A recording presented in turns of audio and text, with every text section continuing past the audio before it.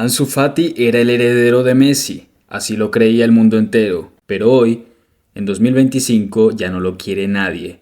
Ni el Barcelona, ni su afición, ni siquiera en la Premier League funcionó. ¿Cómo es posible que la joya más brillante de la Masía termine en el Mónaco por 20 millones? ¿Qué pasó con el que prometía más que Vinicius? ¿Y por qué Lamine Yamal corre el peligro de estar caminando exactamente en el mismo camino? ¿Estamos ante el mismo patrón disfrazado de esperanza? Este no es un video de fútbol, es un golpe de realidad, una historia de traiciones, falsas esperanzas, errores y decisiones que destruyen carreras. Ansu Fati era más que un talento, era un símbolo, una ilusión, una esperanza y hoy una carga económica para el club que lo formó. ¿Es Fati un fracaso? ¿Fue una víctima del sistema o simplemente nunca tuvo lo que hay que tener? En este video vamos a descubrir toda la verdad, desde sus inicios gloriosos hasta su silenciosa salida. Compararemos su caída con el ascenso de Lamine Yamal y sobre todo responderemos a la pregunta que nadie se atreve a hacer. ¿Puede Ansu Fati volver a la cima algún día? El nacimiento de una estrella. Todo empezó el 25 de agosto de 2019. Tenía solo 16 años, y mientras sus amigos aún jugaban en las juveniles, él ya debutaba en el Camp Nou con el primer equipo. Fue el jugador más joven del Barça en marcar un gol en Liga. Y no fue casualidad. Su desborde, su velocidad, su capacidad de improvisación. Era un niño que parecía jugar con el alma de un veterano. Unos días después, volvió a romper récords. Se convirtió en el goleador más joven de la historia del club en la Champions League. Ansu no solo anotaba, emocionaba. La prensa internacional lo llamaba el nuevo Messi. Y en la afición culé renacía una esperanza que llevaba años apagada. Pero lo más potente era cómo lo veían dentro del vestuario. Busquets, Alba, Piqué, todos hablaban de él como con una mezcla de admiración y alivio. Por fin, alguien que podía liderar la nueva era. La Masía no producía una joya así desde hace más de una década. Y el contexto no podía ser más ideal. Messi ya no era eterno. El club necesitaba un nuevo rostro, una figura salvadora. Ansu era ese rostro. Su conexión con el público era brutal. Cada vez que tocaba el balón, el estadio se levantaba. Su confianza era desbordante. Su fútbol, su instinto y lo más importante, parecía no tener miedo. Los medios lo inflaron sin piedad. En menos de 6 meses ya era titular. Algunos partidos los ganaba él solo. Hacía goles, asistía, presionaba. Era imposible no emocionarse. Todo el barcelonismo se abrazó a una idea. Ansu Fati no era una promesa, era presente, y no solo del Barça, sino del fútbol mundial. La falsa esperanza, comparación con Vinicius Junior. Durante al menos un año hubo un consenso casi unánime entre los aficionados culés. Ansu Fati era mejor que Vinicius Junior. Más decisivo, más inteligente, más eficaz. Mientras el brasileño erraba goles cantados en el Madrid, Ansu los metía sin pestañear. La narrativa estaba servida. Vinicius es regate y caos. Fati es fútbol y gol. En 2020, las comparaciones estallaron. En estadísticas puras, Ansu ganaba. Más goles por minuto, más precisión de cara a la puerta, mejor toma de decisiones, mientras que Vinicius era una promesa sin pulir. Ansu ya resolvía partidos grandes con naturalidad. Para muchos, Fati era lo que el madridismo quería que Vinicius fuera. Y eso dolía. Las redes explotaban con cada actuación de Fati. Había memes, clips, montajes. En tertulias deportivas algunos se atrevían a decirlo sin tapujos. Fati ya es mejor que Vini y lo será por muchos años. Pero el fútbol es cruel. Vinicius maduró, aprendió, se convirtió en una pieza clave del Real Madrid, campeón de Champions, MVP en finales. Mientras tanto, Ansu se rompía. Lesiones de rodilla, recaídas, pérdida de confianza, minutos que desaparecían. Mientras uno ascendía a la élite, el otro caía al abismo sin red que lo salve. Hoy, esa comparación suena casi ofensiva. Vinicius es top mundial. Ansu suplente, pero la memoria no borra lo vivido. Por un momento, por unos meses gloriosos, Fati fue más que una simple promesa. Fue superior y el madridismo, aunque lo niegue a día de hoy, llegó a temerlo. Porque lo que Ansu generó fue real, hasta que dejó de serlo. Caída libre, lesiones, traición del club y olvido del vestuario. La carrera de Ansu cambió el 7 de noviembre del 2020. Una entrada del defensa Mandi, del Betis, le destrozó el menisco interno de la rodilla izquierda. Lo que parecía ser una lesión común fue el principio del fin. 4 operaciones, una recuperación eterna, silencios, recaídas, miedo. Durante meses, el club transmitía calma, pero internamente empezaba el drama. Su entorno estaba molesto, su familia pedía otra opción médica.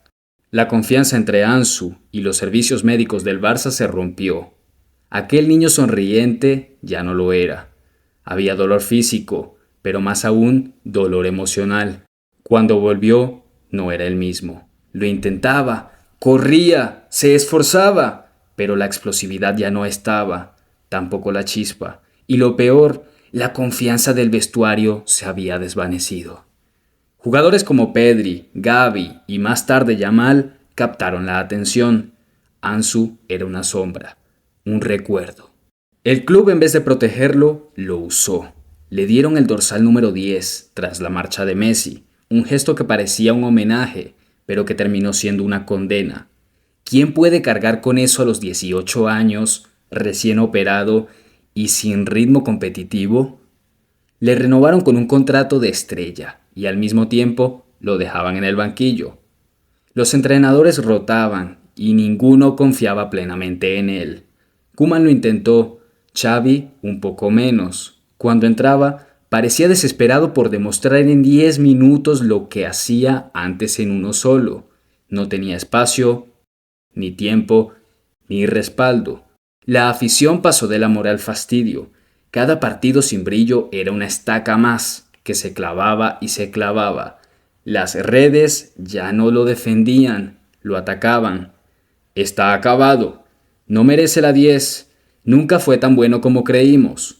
Palabras duras, pero reales.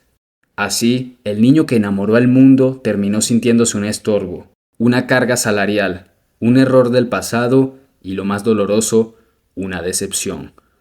Fracaso en la Premier League y traspaso al Mónaco.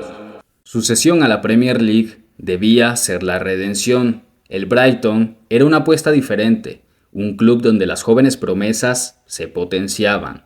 La idea era clara. Ansu necesitaba minutos, confianza, continuidad, pero la realidad fue otra.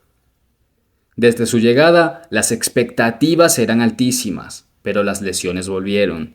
Poco ritmo, poca continuidad, ni siquiera logró afianzarse como titular. Marcó algún gol, dejó algún destello, pero nunca convenció del todo. Al volver al Barça en verano de 2024, el diagnóstico era claro. No había sitio para él, y esta vez ni siquiera hubo debate, ni del entrenador, ni de Deco, ni de la directiva. Fati estaba fuera del proyecto, así de simple. Y ahora su destino es el Mónaco, una cesión de un año con una opción de compra de apenas 20 millones. La joya de la Masía, valuada hace 3 años en más de 100 millones de euros, saliendo por el precio de un suplente medio. Eso no es solo un traspaso, es una sentencia. Lamine Yamal versus Ansu Fati.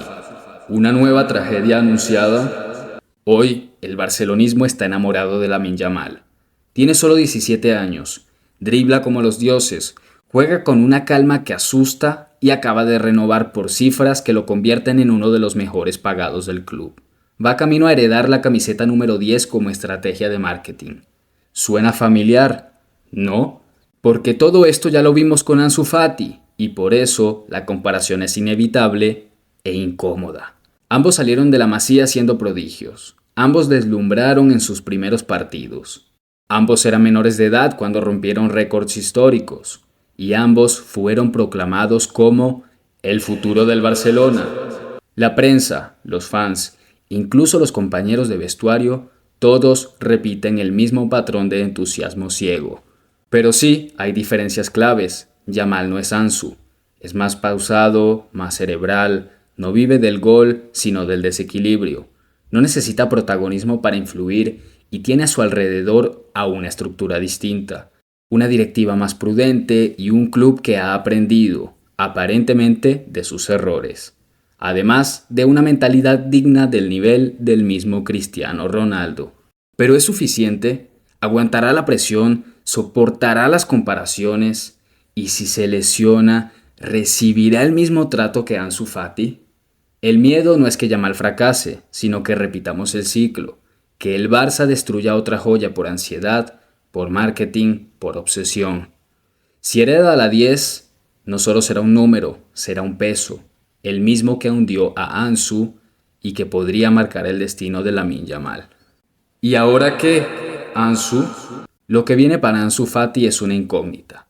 El Mónaco no es un destino menor, pero tampoco es una plataforma de élite. Es un club de transición, un sitio para intentar volver a empezar. Para algunos, una segunda oportunidad. Para otros, una estación final. Aún tiene solo 22 años. Sí, ha vivido más que muchos jugadores veteranos, pero su carrera está a punto de definirse. Si logra asentarse, marcar diferencias, mantenerse sano, aún puede recuperar su nivel, pero el margen de error es cero. Mentalmente, ¿estará preparado? ¿Aceptará su nuevo rol sin los reflectores del Camp Nou? ¿Podrá reivindicarse lejos de la presión mediática que lo encumbró y luego lo aplastó? Muchos grandes han caído y han regresado.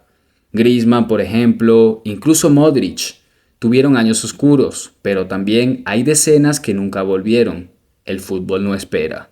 Volver al Barça hoy parece imposible y lo más triste, la mayoría del barcelonismo no lo quiere de vuelta. ¿Tú qué piensas? ¿Fracasó o lo destruyeron? Déjame tu opinión en los comentarios. Dale like si te emocionó esta historia y suscríbete para más contenido como este. Aquí contamos lo que otros no se atreven.